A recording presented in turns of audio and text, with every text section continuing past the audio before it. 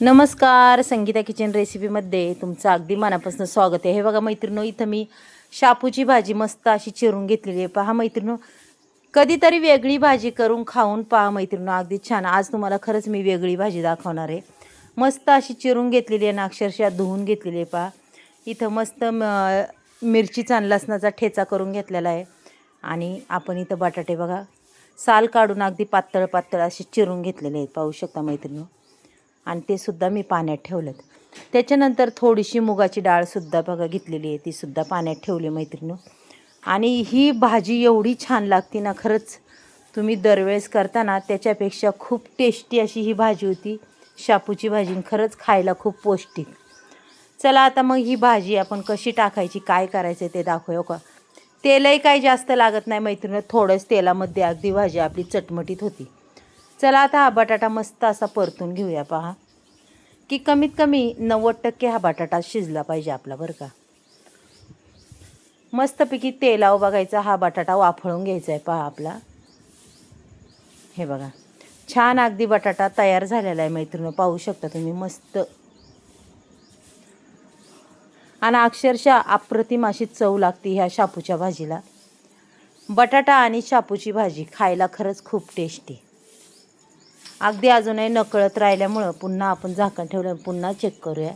हे बघा, असं नाही की तुमचं तेल जास्त जातं, तेलसुद्धा जसून तसंच राहतं. पहा त्याच्यानंतर द्यायचं लगेच ह्याचं लसणाचा आणि मिरचीचा ठेचा टाकून. हे बघा असा हा ठेचा टाकायचा आणि ठेचा बी असा गोट्याने ठेचून घेतलेला आहे मैत्रिणी, पाहू शकता तुम्ही.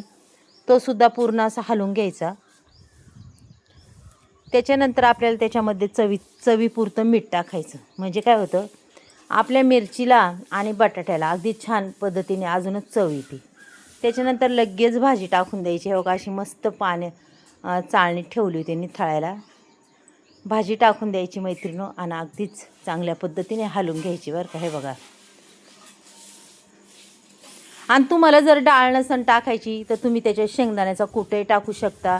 म्हणजे तुम्हाला जे आवडतं ते तुम्ही टाकू शकता. पण थोडीशी डाळ टाकून पहा, अगदी छान लागते ही बटाटा शापूची भाजी. अगदी मस्त अशी होती पहा. आणि खरंच ही भाजी तोंडी लावायला, अक्षरशः टिफिनला न्यायलासुद्धा खूप छान आहे. आणि आपल्या तोंडाला चवतं त्याने भाजीने लगेच येणार मैत्रिणीनं. अर्धी भाकर खाणारासुद्धा एक भाकर खाणार कटाळणार नाही. ही भाजी शरीराला खूप आयुर्वेदिक असते. पचनक्रिया बी ह्या भाजीने खूप छान होती मैत्रिणीनं, पाहू शकता तुम्ही. हो का, काय सुंदर भाजी दिसते का नाही. अगदी मोकळी फडफडीत आणि रंग बी तिचा अजिबात ढळला नाही अशी ही शापूची भाजी. पहा कधीतरी वेगळी भाजी करून आणि खाऊन खरंच खूप छान लागते. पहा मैत्रिणो, झाली का सुंदर. अक्षरशः पाणी बिनी काही सुटलं नाही तिला आणि भाजी बी खूप टेस्टी झालेली आहे. मग तुम्हाला आजचा हा भाजीचा व्हिडिओ जर आवडला असन तर नक्कीच एक लाईक, एक सबस्क्राईब करा. चला तुम्हाला भाजी काढून दाखवते. पहा आपली ही शापूची भाजी काय सुंदर दिसती. पहा दिसती का नाही छान. सुटलं ना तोंडाला पाणी मैत्रिणो. मग करणार ना अशी भाजी, नक्कीच करून पहा आणि खाऊन पहा.